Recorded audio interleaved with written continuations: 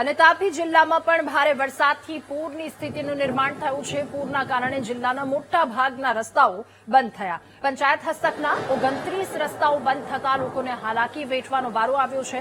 જ્યાં વ્યારાના 8, ડોલવણના 11 રસ્તાઓ બંધ થયા। વાલોડના 10 અને સોનગઢના 3 માર્ગો બંધ થયા છે। પંચાયત હસ્તકના 28 રસ્તાઓ બંધ થયા છે। સતત વરસાદ અને આ વરસાદના કારણે ક્યાંક રસ્તાઓ બંધ થયા છે, ક્યાંક પૂર જેવી પરિસ્થિતિનું નિર્માણ થયું છે। વધુ માહિતી મેળવીશું। સંવાદદાતા દીપક આપણી સાથે ફોનલાઈન પર જોડાયા છે। દીપક, તાપી જિલ્લામાં હાલની વરસાદી સ્થિતિ શું? એક તરફ પૂરની પરિસ્થિતિ, એક તરફ રસ્તાઓ તૂટ્યા છે।